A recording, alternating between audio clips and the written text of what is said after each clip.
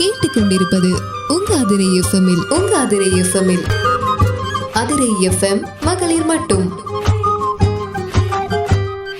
வாழ்த்துக்கள் நேயர்களே, நீங்க கேட்டுட்டு இருக்கீங்க அதிரை எஃப்எம் 90.4 நமது சமூகம் நமது நலன் நிகழ்ச்சியில உங்க கூட இணைஞ்சிருக்கேன் நான் உங்க ஆர்ஜே சுபா. குழந்தைகளுக்கும் பெண்களுடைய முன்னேற்றத்துக்கும் நிறைய சோசியல் சர்வீஸ் பண்ணிட்டு இருக்கக்கூடிய லக்ஷ்மி பிரதீபா அப்படிங்கிறவங்க தான் நிகழ்ச்சியில் நம்ம கூட இணைஞ்சிருக்காங்க. குழந்தைகளுக்கும் பெண்களுடைய முன்னேற்றத்துக்கும் நிறைய பயனுள்ள தகவல்களை ஷேர் பண்ணிக்கிட்டதுக்காக நிகழ்ச்சியில் இவங்க ரெடியாக இருக்காங்க. நேயர்களான நீங்களும் நிகழ்ச்சியை கேட்கறதுக்காக ரெடியாக இருப்பீங்க அப்படின்னு நினைக்கிறேன். ஸோ நிகழ்ச்சியை மிஸ் பண்ணாமல் கடைசி வரைக்கும் தொடர்ந்து கேளுங்க. இப்போ வாங்க நிகழ்ச்சிக்குள்ளே போகலாம். வாழ்த்துக்கள் மேம். உங்களை பத்தி நம்ம நேயர்கள் கூட ஷேர் பண்ணிக்கோங்க. வணக்கம். எனக்கு இப்படி ஒரு வாய்ப்பு கொடுத்த அதிரை எஃப்எம்க்கும் நன்றி. என்னை பத்தி சொல்லணும் அப்படின்னா, என் பேர் லக்ஷ்மி பிரதீபா. நான் உசிலம்பட்டியில இருக்கேன். நான் கடந்த ஒரு 10 வருடங்களா சமூகம் சார்ந்த செயல்பாடுகளை ஒரு ஆர்வலரா இருந்து நிறைய விஷயங்கள் செஞ்சுட்டு இருக்கேன். அந்த விஷயங்கள் நிறைய பேருக்கு உபயோகமா இருக்கும். இனிமே வரப்போறவங்க இந்த மாதிரியான விஷயங்கள்ல ஈடுபாடு உள்ளவங்களுக்கு பயன்படும் அப்படின்ற ரீதியில தான் இந்த ஒரு பேட்டிக்கு ரெடியா இருக்கேன். என்னை பத்தி வேற சொல்லணும் அப்படின்னா, நான் ஒரு ஆசிரியையா பணியாற்றி இருக்கேன். இப்போ குழந்தைகள் சார்ந்த செயல்பாடுகள் நிறைய பண்ணிட்டு இருக்கேன். இயற்கை, குழந்தைகள் போன்ற செயல்பாடுகளை தன்னார்வலரா இருந்து செஞ்சுட்டு வரேன். இப்போ சொன்னீங்க இல்லையா, 10 வருஷமா நான் சோசியல் சர்வீஸ் பண்ணிட்டு இருக்கேன் அப்படின்னு. ஸோ உங்களுக்குள்ளேயுமே நாமளும் சோசியல் சர்வீஸ் பண்ணலாம் அப்படிங்கிற ஒரு தாட் எப்படி வந்துச்சு? எனக்கு சோசியல் சர்வீஸ் பண்ற தாட் எங்கேருந்து ஆரம்பிச்சிச்சு அப்படின்னா, நான் ஒரு 4ஆம் கிளாஸ் படிக்கும்போது கன்னியாகுமரியில படிச்சேன். விவேகானந்த கேந்திர வித்யாலயான்னு சொல்லிட்டு. அங்க எங்களோட பிரின்சிபல் மேம் நிவேதிதா பைடுன்னு ஒருத்தாங்க. அவங்க தான் எங்களுக்குள்ள இந்த விதைய விதைச்சவங்க. அவங்க இப்போ ஆல் இண்டியா லெவல்ல விவேகானந்தா கேந்திராவோட வைஸ் பிரசிடென்டா இருக்காங்க. அவங்க என்ன பண்ணுவாங்க அப்படின்னா, குழந்தைகளுக்கு சமூக செயல்பாடுகள்ல ஈடுபடணும்ன்றத மறைமுகமா சுட்டி காட்டிட்டே இருப்பாங்க. எங்களை அந்த ஒரு காலகட்டத்திலே 90கள் 80கள்லயே எங்களை செயல்பட வச்சாங்க. மரம் நடுதல், அது மாதிரி ரோட்ல எங்கேயாவது குப்பை கடந்தா உடனே எடுத்து அதை போட வேண்டிய இடத்துல போடுறதுல இருந்து அந்த காலத்துல எங்களுக்கு அதெல்லாம் ட்ரெயின் அப் பண்ணாங்க. அதே மாதிரி மனிதாபிமானம் சார்ந்த செயல்பாடுகள், இன்னைக்கு மனிதர்கள்ட்ட அதிகமா குறைஞ்சு போன விஷயம் மனிதாபிமானம் தான். அதையும் எங்களுக்குள்ள வளர்த்து விட்டாங்க. அவங்கதான். அவங்க கிட்ட இருந்து துவங்கின பயணம் எங்க அப்பாவும் அதே மாதிரி. அப்பாவோட குடும்பம் எப்படின்னா, ஊரையே வாழ வச்ச ஒரு குடும்பம்னு சொல்லுவாங்க. பந்தல்குடின்ற ஊர்ல எங்க தாத்தா நான் 1000க்கு மேற்பட்டவங்கள படிக்க வச்சிருக்கிறாரு. அந்த ஊர்ல இருக்கிற கவர்மெண்ட் ஆபீசர்ஸ் ஆபீசர்ஸ் நடக்கிற இடங்களுக்கெல்லாம் அவர் அந்த காலத்துல இடங்கள் கொடுத்து ஹெல்ப் பண்ணி அந்த ஊருக்கு நிறைய நல்லது வர வைக்கிறதுக்கு நிறைய செஞ்சிருக்கிறாரு. குடி தண்ணீர் இல்லாம கஷ்டப்பட்டவங்களுக்கு எங்க தோட்டத்துல இருந்து நிறைய தண்ணீர் கொடுத்திருக்காரு. அந்த ஒரு மரபு வழியில வந்ததாக கூட இருக்கலாம் இந்த மாதிரியான ஒரு எண்ணம். அது அப்படி தொடர்ந்து போய்கிட்டு இருக்கு.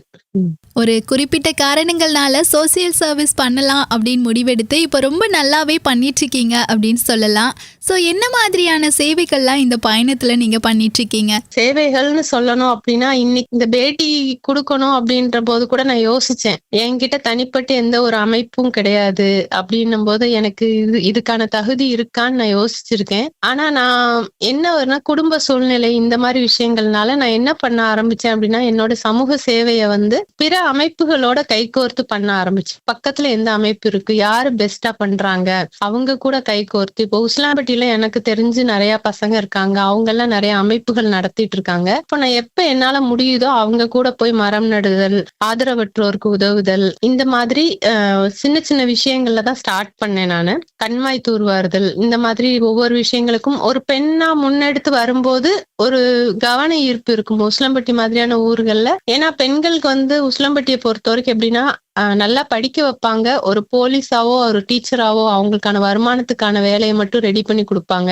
அது வெறும் பெண் சுதந்திரம்னு சொல்ல முடியாது. அது குடும்ப பொறுப்பை பெண்கள் மேல வைக்கிற மாதிரிதான் அது ஒரு இதா இருக்குமே தவிர்த்து, அவங்களுக்கு பிடிச்ச ஒரு விஷயத்த செய்யணும்ன்றது இன்னமும் நிறைய ஊர்கள்ல வெளியே வரல. அப்படிங்கும்போது அந்த இடத்துல நானே என்னுடைய தோழிகள் சில பேர்லாம் ஒரு திரும்பி பார்க்க ஒரு உதவும் ஒரு கருவிகளா நாங்க இருந்தோம். அப்பம்போது நிறைய பெண்கள் உள்ள வர ஆரம்பிச்சாங்க இந்த மாதிரி செயல்பாடுகளுக்கு உசிலம்பட்டியில. இப்போ நீங்க ஸ்டார்டிங்லயே சொன்னீங்க, குழந்தைகளுக்காகவுமே நான் நிறைய சேவைகள் செஞ்சிட்டு இருக்கேன் அப்படின்னு. ஸோ குழந்தைகளுக்காகவும் என்னென்ன சேவைகள்லாம் செஞ்சிட்டு இருக்கீங்க, அதை பத்தி கொஞ்சம் சொல்லுங்க. குழந்தைகளுக்காக பாத்தீங்கன்னா, நான் நிறைய ஆதரவற்ற குழந்தைகள் இருக்கிற இடங்கள்ல நான் கதை சொல்றதுக்காக போவேன். கதைகள் சொல்றது வந்து குழந்தைங்களுக்கு ரொம்ப பிடிக்கும். எந்த விஷயத்தையுமே நம்ம நேரடியா சொல்றதை விட கதைகள் மூலமா சொல்லும்போது அவங்க இன்ட்ரெஸ்டா கேட்பாங்க, அதுல இருக்க மெசேஜ் எடுத்துக்குவாங்க. அந்த மாதிரி ஆரம்பிச்ச ஒரு பயணம். அப்புறம் நான் கொஞ்ச நாள் டீச்சரா ஒர்க் பண்ணும்போது எனக்கு வந்து ஒரு பாலிசி உண்டு. எப்பயுமே குழந்தைங்களை வந்து கம்பல் பண்ணி படிக்க வைக்க கூடாது. பண்ணி படிக்க வச்சா அது வந்து மைண்ட்ல நிக்காது அப்படின்றது. அப்ப நான் வந்து குழந்தைங்களுக்கு புரியிற மாதிரியான விஷயங்களை சொல்லி தரணுங்கும் போது அது ஸ்கூலோட சிலபஸுக்கும் நமக்கும் செட் ஆகாது. அப்ப நான் தேர்ந்தெடுத்த ஒரு விஷயம் தான் சம்மர் கிளாஸஸ். சம்மர் கிளாஸஸ்ன்ற பேர்ல நான் வந்து அது ஆக்சுவலா சம்மர் கிளாஸஸ்னு ஒரு அடையாளம் தான். ஏன்னா அடையாளம் இருந்தாதான் மக்கள் குழந்தைங்களை விடுவாங்க. ஏன்னா நான் முதல்ல கிளாஸ்ன்னு ஆரம்பிக்கும் போது ஒருத்தவங்க வந்து கேக்குறாங்க, என்ன சர்டிபிகேட் கொடுப்பீங்க, இதுல இருந்து என் பையன் என்ன கத்துக்குவான், இந்த சர்டிபிகேட் வச்சு அவன் எங்கேயாவது போக முடியுமா, இந்த மாதிரியான கேள்விகள் தான் வச்சாங்களே தவிர என்ன சொல்லி கொடுக்க போறீங்கன்றதை யாருமே கேட்கல. இப்போ நான் அவங்களுக்கு எல்லாம் ஒரே ஒரு விஷயம் தான் சொன்னேன், உங்க குழந்தைங்களை வந்து லீவுக்கு அத்தை வீட்டுக்கு விடுறதா நினைச்சு அனுப்புங்க. மிச்சத்தை நீங்க வந்து எனக்கு ஃபீஸ் கொடுக்க கூட வேணாம். ஒரு வாரம் கழிச்சு உங்களுக்கு எப்படி இருக்கு, உங்க குழந்தைங்களோட ரிசல்ட் என்னன்னு பார்த்துட்டு நீங்க சொல்லுங்க அப்படின்னு சொன்னேன். ஆக்சுவலா நான் அந்த சம்மர் கிளாஸஸ்ல குழந்தைங்களுக்கு சமூகம் சார்ந்த அத்தனை செயல்பாடுகளையும் நாங்க சொல்லி கொடுத்துருக்கோம். அதாவது ஒரு சமூக ரீதியா ஒரு போஸ்ட் ஆபீஸ் போகணும், ஒரு போலீஸ் ஸ்டேஷன் போகணும், எந்தெந்த இடத்துக்கு அவங்க ஈஸியா டிராவல் பண்ணணும். அதாவது நிறைய பேத்துக்கு இப்ப என்னையவே எடுத்துக்கிட்டா சின்ன வயசுல போலீஸ் அப்படின்னா கூட பயப்படுவோம். ஆனா நான் உசிலம்பட்டியில நிறைய பிரச்சனைகளை சந்திக்கும் போது நான் ஒரு போலீஸ் ஸ்டேஷனுக்கோ நகராட்சிக்கோ ஒரு ஹைவேஸ் இதுக்கோ ஏறி இறங்கும் போதுதான் அவங்களும் மனிதர்கள், அங்கேயும் நம்மளை கவனிச்சுக்கிறவங்க இருக்காங்க, அங்க எப்படி அணுகணும் அப்படின்ற விதங்கள்லாம் நமக்கு தெரிய ஆரம்பிக்குது. அப்ப எனக்கு 45 வயசுல தெரிஞ்ச விஷயங்கள் ஏன் குழந்தைங்களுக்கு 14 வயசுல தெரியக்கூடாது? அப்ப அவங்களுக்கு அந்த தைரியத்தை முதல்ல கொடுக்கணும். முறைப்படி என்ன செய்யணும், எப்படி லெட்டர் எழுதணும், இந்த மாதிரியான விஷயங்கள் எல்லாம் நாங்க சம்மர் கேம்ப்ஸ்ல டெய்லி ஒரு இதா சொல்லி கொடுப்போம். அதை தவிர என்ன பண்ணுவோம், அவங்களுக்கு பிடிச்ச மாதிரி கேம்ஸ், பழங்காலத்து விளையாட்டுகள், பழமையான விளையாட்டுகள் எல்லாம் இன்னைக்கு மறந்து போயிருச்சு. அப்போ அவங்களுக்கு ஒரு நாளைக்கு 4 மணி நேரம்னா 4 விதமான ஆக்டிவிட்டிஸ் கொடுக்க ஆரம்பிச்சோம். அதுல 2 ஆக்டிவிட்டிஸ் அவங்களுக்கு சமூகம் சார்ந்து இருக்கும், 2 இது அவங்களோட மென்டல் ஸ்ட்ரென்த் சார்ந்து இருக்கும். இந்த மாதிரி கொண்டு போனது எங்களுக்கு பெரிய சக்சஸ் ஆச்சு. இன்னைக்கு உசிலம்பட்டியில ஒரு 200 குழந்தைங்க நீ அத்தை, நீ பிரதிபா அத்தை அப்படின்னு ஞாபகம் வச்சிருக்காங்கன்னா அதுக்கு எங்களோட கிளாஸஸ், என் கூட ஒர்க் பண்ண டீச்சர்ஸ், அவங்க எல்லாரையுமே ஒரு நம்ம வீட்டு பிள்ளைன்னு நினைச்சு அவங்க பார்க்க ஆரம்பிச்சதுதான் எங்களோட சக்சஸ். குழந்தைகளுடைய வளர்ச்சிக்காக சம்மர் கிளாஸ் அப்படிங்கிற ஒரு கிளாஸையுமே எடுத்துட்டு இருக்கீங்க. Super ma'am. அதே மாதிரி சொன்னீங்க இல்லையா, நாங்க மரங்களுமே நட்டுட்டு இருக்கோம் அப்படின்னு. ஸோ எத்தனை மரங்கள் நட்டிருப்பீங்க? மரம் நடுறது பத்தி சொல்லணும்னா எனக்கு சின்ன வயசுல இருந்தே மரம் நடுறது ரொம்ப ஆசை உண்டு. ஒரே ஒரு ஹெசிடேஷன் என்ன இருக்குன்னா, நம்ம மரம் வைக்கிறது பெருசு இல்ல, அதை வந்து பராமரிக்கணும். அப்படிங்கும்போது பராமரிக்க முடியலைன்னா நம்ம அதை பண்ணக்கூடாது அப்படின்றதுல நான் உறுதியா இருந்தேன். அப்ப அந்த மாதிரி இருக்கும்போது நாங்க கை கோர்த்த இடங்கள்ல சில இடங்கள்ல நமக்கு அவங்க பராமரிக்கல அப்படின்னு தோணும் போது வருத்தமா இருக்கும். அதற்காக நான் நிறைய தேடி அலைஞ்சு யாரெல்லாம் பாத்துக்கிறா, எந்த இடத்துல மரம் நடும்போது அதை மறுபடி கவனிச்சுக்கிறாங்க, அந்த மாதிரி இடங்களா தேர்ந்தெடுத்து நாங்க மரம் நட ஆரம்பிச்சோம். அதற்கப்புறம் நான் ஒரு விஷயத்த கொண்டு வந்தேன். என்ன அப்படின்னா, இப்போ எல்லா இடத்துலயும் மரங்கள் பரிசா கொடுக்க ஆரம்பிக்கிறாங்க.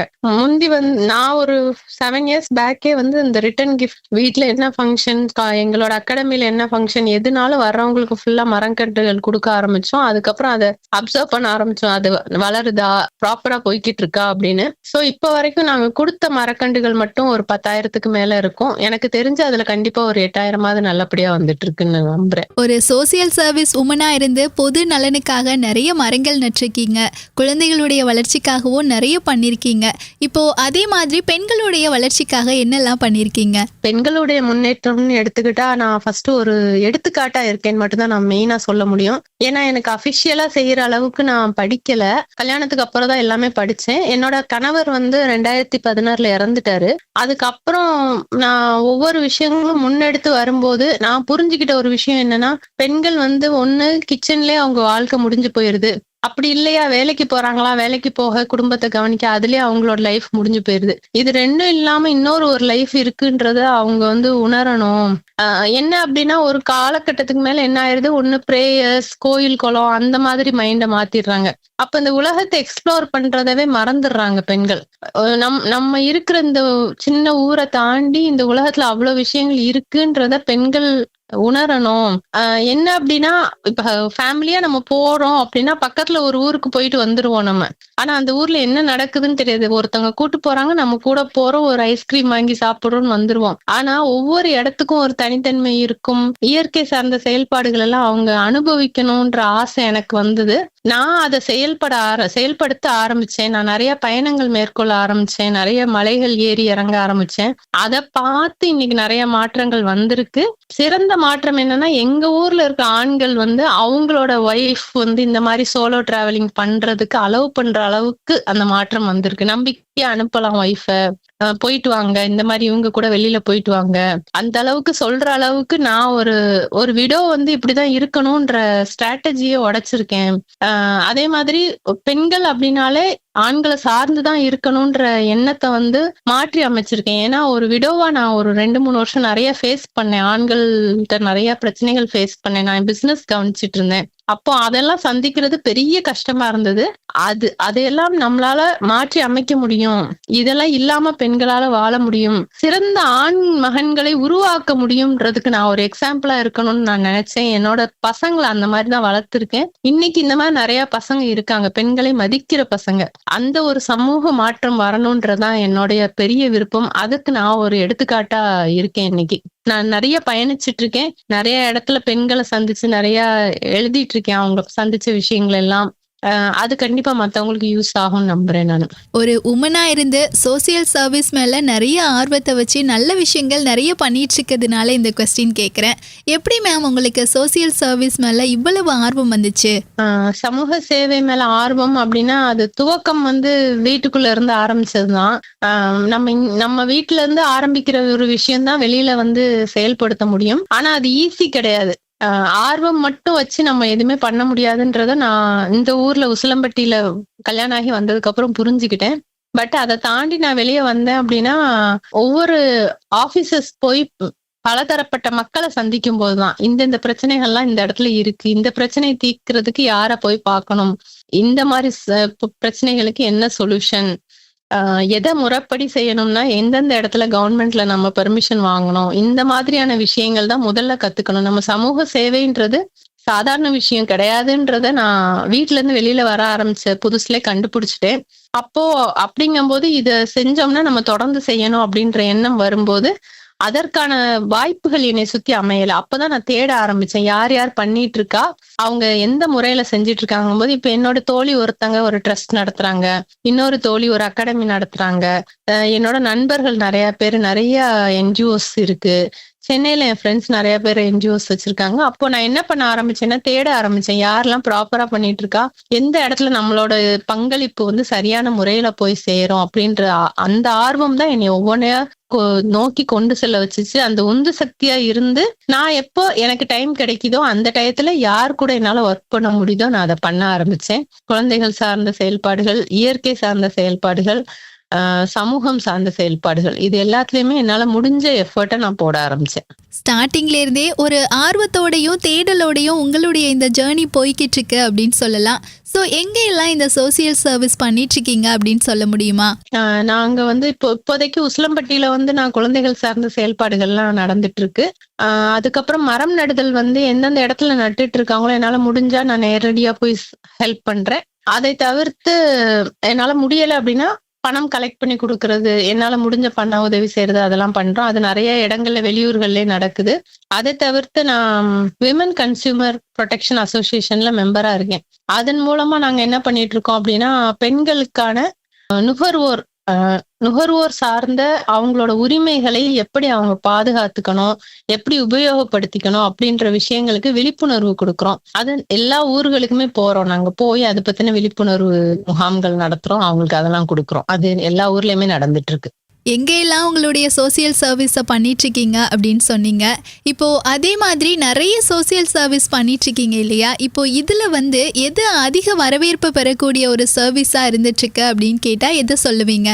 அதிக வரவேற்பு எனக்கு கிடைச்சது அப்படின்னு சொன்னா நான் கோவிட் தான் சொல்லுவேன். கோவிட் டயத்துல வந்து எல்லாரையும் எதிர்த்து போய், ஆக்சுவலா உசிலம்பட்டியில வந்து கோவிட் வேற லெவலான ஒரு புரட்சியை தான் ஏற்படுத்துச்சு. என்ன அப்படின்னா, வட மாநிலங்கள்ல இந்த முறுக்கு சுட போனவங்க, இந்த மாதிரி பிழைப்புக்காக போனவங்க எல்லாம் விரட்டி விட்டுட்டாங்க மும்பை சைட்ல இருந்து. அப்ப அந்த மாதிரி உசிலம்பட்டிக்கு வந்தவங்க எல்லாம் ஒரு 2 காலேஜஸ்ல போட்டு அடைச்சு வச்சுட்டாங்க. அடைச்சு வச்சு அவங்கள கிட்டத்தட்ட ப்ளீச்சிங் பவுடருக்கு நடுவுல இருந்த மாதிரி இருந்தாங்க நிறைய பேரு. ரெஸ்ட் ரூம் கூட போக முடியாம அந்த இதுல கோவத்துல பர்ஸ்ட் அவுட் ஆகி இருக்கும்போது எங்களுக்கு அங்க சர்வீஸ் பண்றதுக்கான வாய்ப்பு கிடைச்சிச்சு. ஆனா அதுக்கு எங்களை சுத்தி இருக்கிறவங்க இங்கெல்லாம் போனா நம்ம உடம்பு பாதிக்கும், இவங்க கூட பக்கத்துல போக கூடாது, அந்த மாதிரி எல்லாம் இருக்கும்போது நாங்க அந்த கோவிட் ட்ரெஸ்ஸஸ் எல்லாம் வியர் பண்ணிட்டு அவங்க கூட போய் அவங்கள பேசி சமாதானப்படுத்தி அவங்கள கூல் டவுன் பண்ணி ரெக்கவரிக்கு ஹெல்ப் பண்ணி அவங்கள ட்ரீட்மெண்ட்டுக்கு ஒத்துழைக்க வச்சு அவங்களுக்கு யோகா கத்து கொடுத்து அந்த டயத்துல நான் யோகா சொல்லி கொடுத்துட்டு இருந்தேன் அவங்களுக்குலாம். அது போக அந்த டயத்துல போலீஸ் டிபார்ட்மெண்ட் பயங்கர ஸ்ட்ரெஸ்ஃபுல்லா இருந்தாங்க. ஒரு 6 மாசம் அவங்களுக்குமே நான் யோகா சொல்லி கொடுத்தேன் வீக்லி ட்வைஸ். அது என்னோடைய பெஸ்டா நான் இப்ப வாழ்நாள் சாதனையா நான் அதை தான் நினைக்கிறேன். ஒரு பெண்ணா நீங்க செய்யக்கூடிய இந்த சோசியல் சர்வீஸை ட்ரஸ்டோட சேர்ந்து செஞ்சிட்டு இருக்கீங்களா இல்ல தன்னார்வ நோக்கத்தோட செஞ்சிட்டு இருக்கீங்களா? நான் எந்த ட்ரஸ்ட்ல எதுலயுமே இல்ல. ஆக்சுவலா நான் சாதாரண குழந்தைகளுக்கான ஒரு அகாடமி ரன் பண்ணிட்டு இருக்கேன், அவ்வளவுதான். மத்தபடி இது எல்லாமே தன்னார்வலர் நோக்கம் தான். எனக்கு நம்ம ஏதோ ஒண்ணு பண்ணணும், சும்மா இருக்க கூடாது.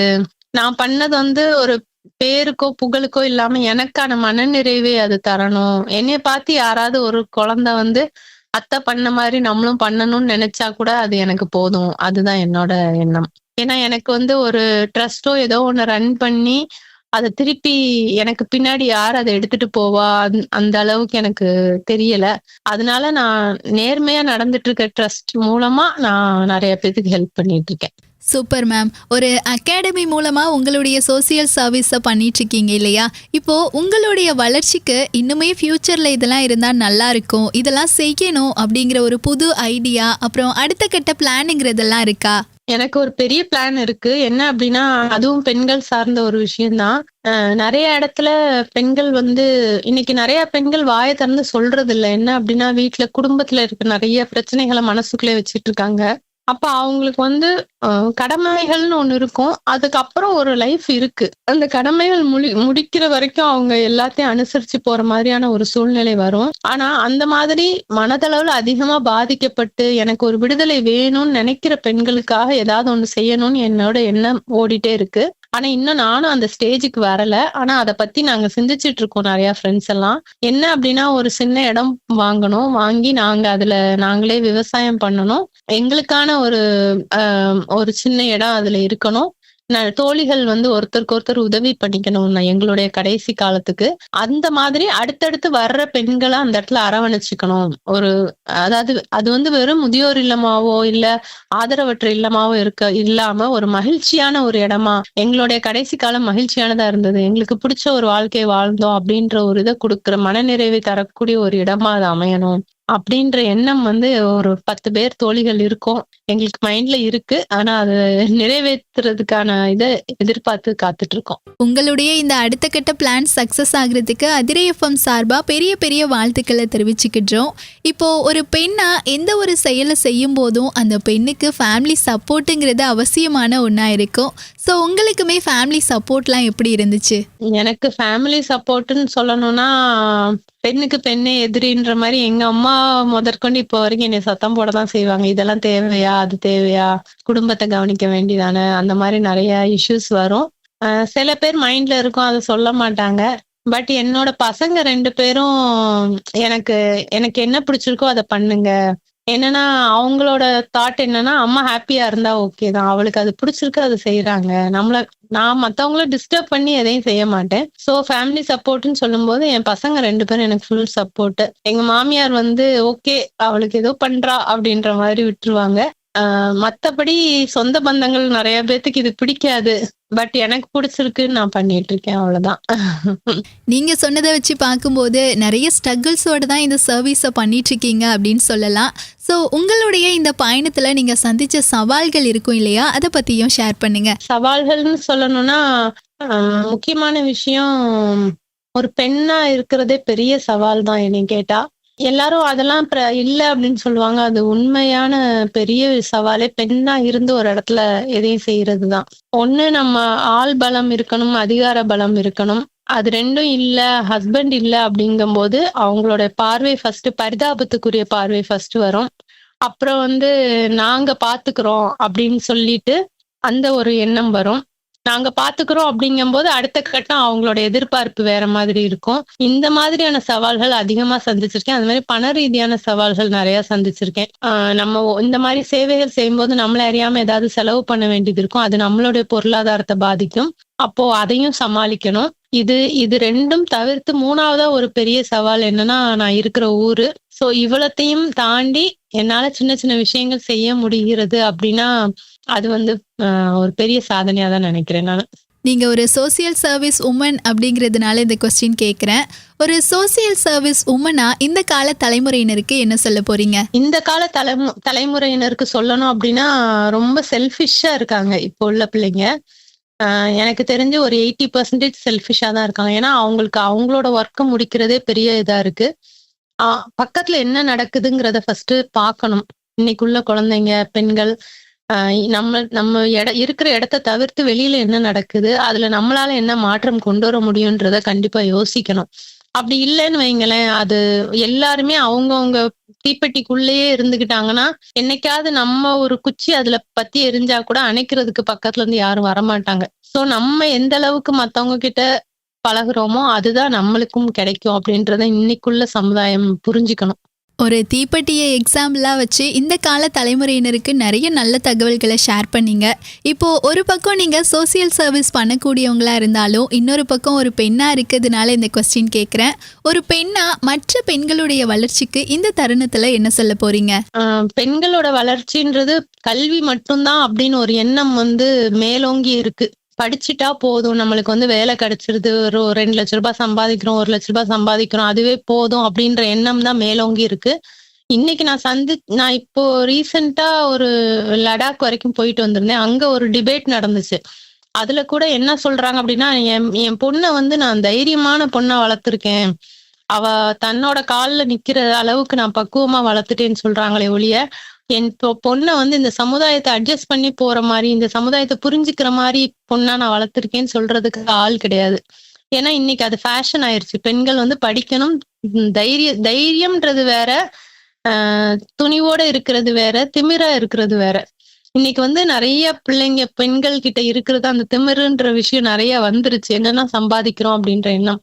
ஆக்சுவலா ஆண்களுக்கும் அது இருக்கக்கூடாது, பெண்களுக்கும் அது இருக்கக்கூடாது. அட்ஜஸ்ட் பண்ணிட்டு போகணும். இன்னொரு விஷயம், புரிதல் இருக்கணும் ஒருத்தருக்கு ஒருத்தர். இன்னைக்கு பெண்கள் கவனமா இருக்க வேண்டிய, இவ்வளவு தைரியமா இருக்கிற மாதிரி பேசுற எல்லா பெண்களுக்கும் பின்னாடி போய் பாத்தீங்கன்னா கண்டிப்பா அவங்க ஏதாவது ஒரு இடத்துல பாதிக்கப்பட்டிருப்பாங்க. அந்த பாதிப்பு எங்க இருந்து ஸ்டார்ட் ஆகுதுன்னா மத்தவங்கள நம்புறதுனால. நம்ம எந்த ஒரு காரணத்தை கொண்டும் இந்த மனிதர்கள் சொல்ற அந்த காதல், அன்பு, ஏக்கம் இந்த மாதிரி விஷயங்களுக்காக சோசியல் மீடியா மூலமோ இல்ல இன்ஸ்டாகிராம் மூலமோ யாரையோ நம்பி கதை பேசி அப்புறம் அது ஒரு பிரச்சனை வரும்போது கட் ஆகும்போது ஆண்கள் ஈஸியா அதை கடந்துருவாங்க. பெண்களால கடக்கவே முடியாது. பெண்கள் எந்த இடத்துல அதிகமா பாதிக்கப்படுறாங்கன்னா இந்த இடத்துலதான். அப்ப உள்ளுக்குள்ளே புழுங்கி அழுதுட்டு இருப்பாங்க, புலம்பிக்கிட்டு இருப்பாங்க, எல்லா வேலைகளும் பிளாக் ஆகும். அதே மாதிரி எங்க போனாலும் பெண்கள் அப்படின்னாலே ஒரு எதிர்பார்ப்பு ஆண்கள் மத்தியில இருக்கும். அது வந்து நான் ஆண்களை குறை சொல்றதுக்காக சொல்ல, படைப்பே அப்படித்தான். அப்படிங்கும்போது அதுல சரியா வளர்க்கப்பட்ட ஆண்கள் சரியான முறையில பெண்களை அணுகுவாங்க. சரியா வளர்க்கப்படல அப்படின்னா அவங்களுக்கு அது என்னன்னு தெரியல அப்படின்னா அதனால பாதிப்பு என்ன ஆகுதுன்னா பெண்கள் ஈஸியா பல பிரச்சனைகளோட இருக்கிறவங்க ஈஸியா போய் யார்கிட்டயாவது விழுந்துருவாங்க. ஆனா இவ்வளவு படிச்சிருக்கோம், இவ்வளவு தன்னம்பிக்கையா பேசுறோம், எல்லாம் செய்வாங்க. பட் எந்த இடத்துல சறுக்குவாங்க அப்படின்னா அந்த அன்புக்கு எங்கிற இடத்துல. சோ இந்த ஒரு விஷயத்த வந்து பெண்கள் முதல்ல இருந்தே கவனமா இருக்க வேண்டியது என்னன்னா, அன்போ எதுவோ எல்லாமே நம்ம உருவாக்குறதுதான், மத்தவங்க கிட்ட இருந்து எதிர்பார்க்க கூடாது. நம்ம தைரியமா இருக்கணும். நம்ம ஆண்களுக்கு ஒரு அம்மாவா இருந்து வழிகாட்டணும். அதை விட்டுட்டு நம்ம அவங்க கிட்ட இருந்து எதிர்பார்த்து உட்கார்ந்து இருந்தோம்னா easily they will take over. இன்னொரு விஷயம், படைப்புக்கு பொதுவான ஒரு விஷயம் என்னன்னா ஈஸியா நம்மளை ஹேண்டில் பண்ணிட்டு ஈஸியா விட்டுட்டு போறதுக்கும் யாரும் தயங்க மாட்டாங்க. அப்போ அந்த இடத்துல நம்ம எப்பயுமே துவன்ற கூடாது. ஒரு இடத்துல அடிபட்டுட்டோம், ஒருத்தங்க ஏமாத்திட்டாங்க, இல்ல நம்ம ஏமாந்துட்டோம். ஏன்னா நான் சந்திச்ச நிறைய பெண்களோட பிரச்சனைகள் இதுதான். ஏமாந்துட்டோம் அப்படின்னா உடஞ்சு உட்கார்ந்துடவே கூடாது, ரெக்கவர் ஆகணும். டக்குன்னு ரெக்கவர் ஆகி எந்திரிக்கணும். ஏமாற்றம்ன்றதோ இல்ல வலிகள் அப்படின்றதோ நிரந்தரம் இல்லைன்றத நம்ம மைண்ட்ல ஆழமா பதிய வச்சுக்கணும். நெக்ஸ்ட் வாட் அப்படின்ட்டு டக்குன்னு எந்திரிச்சு அடுத்த வேலைகளை செய்யணும். நிறைய வேலைகள் நம்ம கையில வச்சுக்கணும். நான் சும்மா இருக்க மாட்டேன், இன்னைக்கு எனக்கு இந்த பிரச்சனை ஓடுதா, நான் என் மைண்டை வேற இடத்துக்கு திசை திருப்புவேன், நான் ஒரு டிராயிங் பண்றேன், ஒரு பாட்டு பாடுறேன், புதுசா ஏதோ சமைக்கிறேன், அடுத்து என் வேலைக்கு போறேன், புதுசா ஒரு ட்ரெஸ் தைக்கிறேன். இந்த மாதிரி நம்மளே சரி பண்ணி, ஏன்னா ஆண்கள் ஈஸியா சரியாயிருவாங்க. பெண்களுக்கு வந்து பிரெயின் வந்து எப்படி படைக்கப்பட்டிருக்குன்னா ஒரே நேரத்துல 10 விஷயம் யோசிக்கும். ஆண்களுக்கு 2 விஷயம் தான் யோசிக்க முடியும். அப்ப அந்த 10 விஷயத்த யோசிச்சு நம்மளே வருத்திக்கிறதோட கான்சென்ட்ரேஷனோட ஒரு விஷயத்த செஞ்சு நம்மளே எழுப்பிடணும். புத்துணர்ச்சியாகி எழுப்பிட்டோம்னா நம்ம திரும்பி பார்க்க கூடாது. எப்பயுமே நமக்கு நடந்த நெகட்டிவ் விஷயங்களை திரும்பி பார்த்து புலம்புறதோ, இல்ல பழி வாங்கணும்ன்ற எண்ணமோ, இல்ல அவங்க கஷ்டப்படுறத நான் இருந்து பார்க்கணும்ன்ற எண்ணமோ, அதெல்லாம் தேவையே இல்லை நமக்கு. நம்ம என்ன பண்ணணும், அடுத்து மேல நோக்கி போயிட்டே இருக்கணும். இதுதான் நான் வந்து இன்னைக்குள்ள பெண்களுக்கு தரக்கூடிய மிகப்பெரிய ஒரு அட்வைஸா இருக்கும். ஒரு பெண்ணா இந்த காலத்துல பெண்களுக்கு நடக்கக்கூடிய நிறைய பிரச்சனைகளை புரியக்கூடிய வகையில எடுத்து சொன்னீங்க. ரொம்ப நல்லா இருந்துச்சு. இப்போ லாஸ்டா நம்ம அதிரை எஃப்எம்க்கும் அதிரை எஃப்எம் நேயர்களுக்கும் என்ன சொல்ல போறீங்க? அதிரை எஃப்எம்ல வந்து எனக்கு இப்படி ஒரு வாய்ப்பு கிடைச்சதுக்கு ரொம்ப நன்றி. ஏன்னா நான் இதுக்கு முன்னாடி இந்த மாதிரி பேட்டி இதெல்லாம் கொடுத்தது கிடையாது. நான் நியூஸ் பேப்பர்ஸ்க்கு தான் 2-3 தடவை கொடுத்துருக்கோம். இதுல இந்த மாதிரி எனக்கு இது ஒரு பெரிய ஆப்பர்ச்சுனிட்டி நான் நினைக்கிறேன். ஏன்னா நிறைய பேரை போய் ரீச் ஆகும் இந்த மாதிரி விஷயங்கள்லாம். அதே மாதிரி எனக்கான ஸ்பேஸ் கொடுத்தாங்க பேசுறதுக்கு, என் மனசுல இருக்கிறத கம்ப்ளீட்டா பேசுறதுக்கான ஸ்பேஸ் கிடைச்சிச்சு. So thank you so much. Watch பண்ண இந்த கேட்கறவங்க, இந்த ஒரு பேட்டியை கேட்கறதுக்கான வாய்ப்பு கிடைக்கிறவங்க, இதுல இருக்க நல்ல விஷயங்களை நீங்க கண்டிப்பா யூட்டிலைஸ் பண்ணிக்கோங்க. பெண்களுக்கு வந்து தைரியம் தான் எப்பயுமே முக்கியம். இப்போ கடைசியா ஒரு விஷயம் சொல்லிக்கணும்னு நினைக்கிறேன். இப்போ ரீசெண்டா நான் வந்து ஒரு சோலோ டிராவலர், நிறைய டிராவல் பண்ணுவேன், நிறைய மலை ஏறுவேன், இறங்குவேன். அதுக்காக என்னுடைய உடம்ப வந்து எனக்கு இப்போ 49 வயசு ஆகுது. இன்னும் ஜிம்முக்கு போறேன், நான் நிறைய எக்ஸசைசஸ் பண்றேன், யோகா பண்ணிட்டு இருக்கேன். அப்போ நான் லடாக் போகணும்னு எனக்கு ஒரு வாய்ப்பு கிடைச்சிச்சு. நான் இப்போ ரீசெண்டா லடாக் போயிட்டு வந்து எனக்கு கொஞ்சம் பிரீத்திங் இஷ்யூஸ் வந்துச்சு. பிரீத்திங் இஷ்யூஸ் வந்த அடுத்த நிமிஷமே என்னை சுத்தி இருக்கிறவங்க வந்து சொன்ன விஷயங்கள் என்னன்னா, இனிமேல் மலை ஏறக்கூடாது, இனிமேல் நீ ஜிம்முக்கு போக கூடாது, இனிமேல் இதை பண்ணக்கூடாது, அதை பண்ணக்கூடாது, வரிசையா அடுக்குனாங்க. நான் ஒரே ஒரு விஷயம் தான் மைண்ட்ல நினைச்சேன், என்னால என்னை சரி பண்ணிக்க முடியும், நான் சரி பண்ணிட்டு மறுபடியும் எல்லாமே பண்ணுவேன், என்னால முடிகிற வரைக்கும் நான் எல்லாமே பண்ணுவேன். ஏன்னா திருப்பி நம்ம பிறந்து வரப்போறது கிடையாது. நம்ம ஒரு இடத்துல இருந்து சம்பாதிச்சு பெரியவங்களாகி காட்டுறது நம்மளுடைய வாழ்க்கை கிடையாது. இந்த உலகம் முழுக்க நம்ம எக்ஸ்ப்ளோர் பண்ணி நிறைய விஷயங்கள் தெரிஞ்ச விஷயங்களை பகிர்ந்துக்கிறது தான் நம்மளோட வாழ்க்கை. சோ அது வந்து எப்ப எல்லாத்துக்கும் புரியும் அப்படின்னா, இறக்கும் தருவாயில் தான் புரியும். நான் அதை வந்து கண்டிப்பா செய்வேன். நான் முயற்சி எடுத்து சரியாகி வருவேன். இன்னைக்கு இந்த பேட்டி கூட எனக்கு வந்து என்னை உந்துதல் படுத்துறதுக்காக இயற்கை அனுப்பின ஒரு கருவியா தான் நான் நினைக்கிறேன். மிக்க நன்றி.